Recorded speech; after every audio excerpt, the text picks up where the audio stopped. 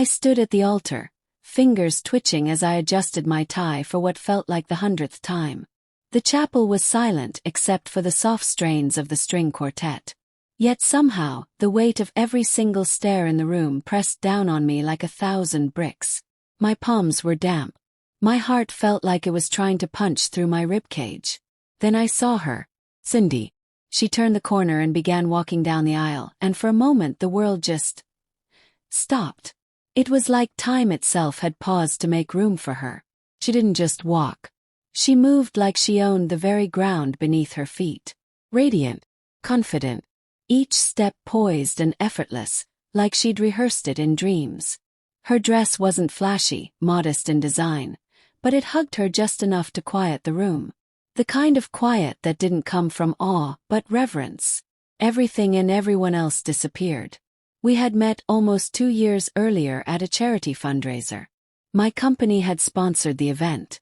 She was there for a friend, sipping red wine and wearing an expression that said she had better things to do. What drew me in wasn't just her sharp wit or how she matched my sarcasm beat for beat. It was the fact that she didn't seem impressed by me at all. Most people fawned or flattered. Not Cindy. She made me work for her attention. I respected that. Craved it. And now, here we were, about to tie our lives together. My best man Jason, my oldest friend from college, leaned in and whispered, "You really did it, Russ." I smirked, eyes locked on Cindy. "Let's not jinx it."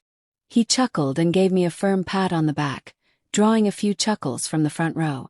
Then the ceremony blurred, vows, rings, the kiss. The kind of moment people say you'll remember for the rest of your life. But for me, it felt more like a burst of adrenaline than clarity. Like I was running full speed into something I couldn't quite see, but didn't want to stop. The reception was a whirlwind. Cindy was magnetic. Charming my aunts, dancing with my nieces, smiling in all the right places. She handled every awkward encounter like she'd been trained for it.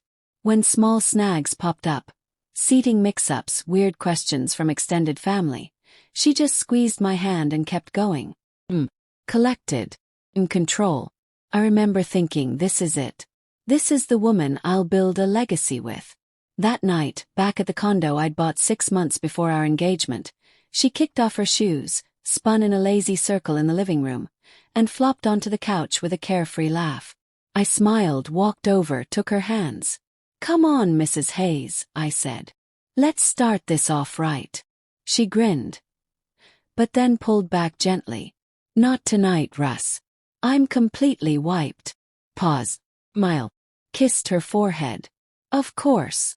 Had been a long day. I wasn't going to make a big deal out of it.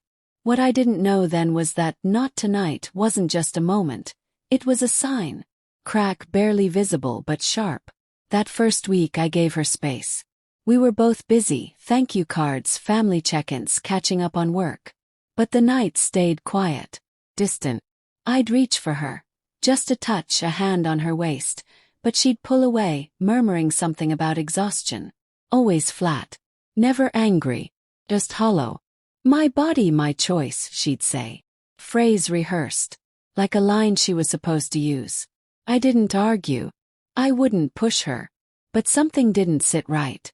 One night over dinner, pasta half-eaten, I tried. "You all right, Cindy?" She didn't look up. "I'm fine." "You sure? You've seemed a little off." This time she looked at me. Her face was unreadable. "Marriage takes adjusting, Russ. It's not perfect from day one." I nodded, pretending to accept that. But deep down it didn't feel like adjusting. Felt like pulling away. Then came the calls. Late night ones she'd take in the guest bathroom with the door closed. I'd wake up to her voice, low, careful. When I asked, she'd wave it off with a smile. Work stuff. Cindy worked in marketing. Not exactly a crisis-prone career. Still, I didn't question it at first. But the questions started to grow. "How much did the company expansion cost again?" she asked one night, eyes still on her plate. "Why?" "Just curious."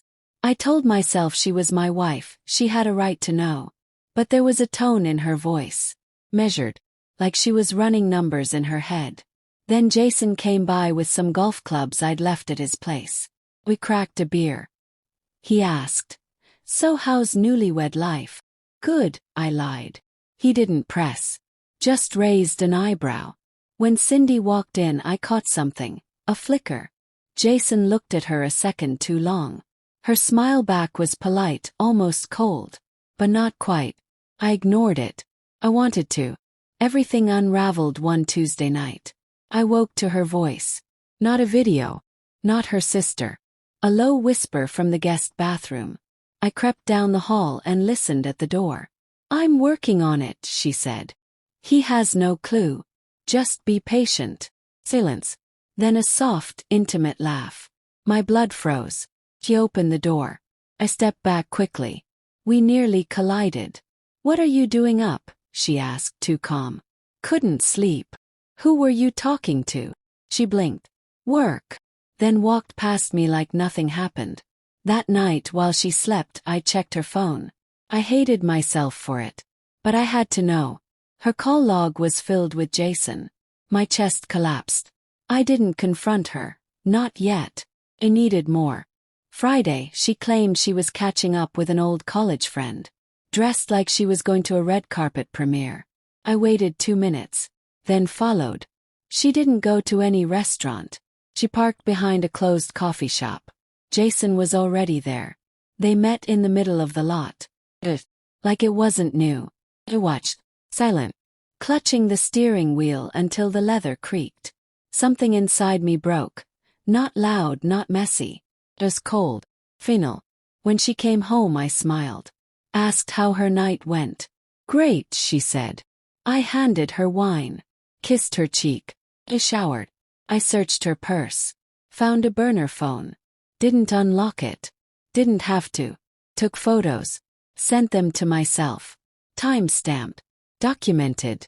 The next morning, I called a private investigator, Robert Sky. 2 weeks later, I had everything. Photos. Withdrawals. Text logs from cloud backups. She and Jason weren't just sleeping together. They were planning to take everything. At work, Jason acted normal. Even dropped by. "Poker this weekend?" he asked. "Can't," I said. "Got plans with Cindy." He smirked. Like he'd won. He had no idea I was already 5 steps ahead. I compiled everything into a thick file. Took it to my lawyer, Angela. Sharp, precise. No fluff. She flipped through the evidence. Her mouth hardened. "Russell, this isn't just cheating. This is fraud." I figured. We'll move fast. Quiet. No warning. That night, Cindy came home late again. Reeking of perfume. Smiling. I gave her wine. Listened to her lie. The next morning, Angela served the papers. Cindy blinked at the envelope like it might explode. "What's this?" "Divorce," I said. "Fraud. Infidelity." She laughed. Like it was a joke. "You can't be serious." "Dead serious," I replied. "And you're not getting a cent." Her face dropped. "You'll regret this." "I already regret marrying you." I walked out. Behind me, I heard the wine glass shatter against the wall. She tried damage control. Social media posts. Accusations. Victim sob stories. Angela countered. Quiet. Clean. Proof-lined. Screenshots. Bank records. Timestamps. The truth. The internet tore her apart. Jason tried launching his own firm. Crashed in 3 months. No one trusted them anymore. Me. I rebuilt. Promoted Eddie. Reinforced my team. Hardened the walls. I'd lost my wife. My best friend. A circle of people I once thought were family. But I still had me. And no one owned a piece of that who hadn't earned it. A month later, I drove to the edge of the city. Parked at an old overlook. The skyline glittered below like a heartbeat. Somewhere down there, Cindy was still spinning stories. Jason was still blaming everyone but himself. Didn't matter. None of it touched me anymore. I thought back to that wedding day. Tie choking my neck, heart full of belief. Thinking love and loyalty were enough. Thinking she was the prize. Smiled. Not bitter. Not angry. Just older. And finally free.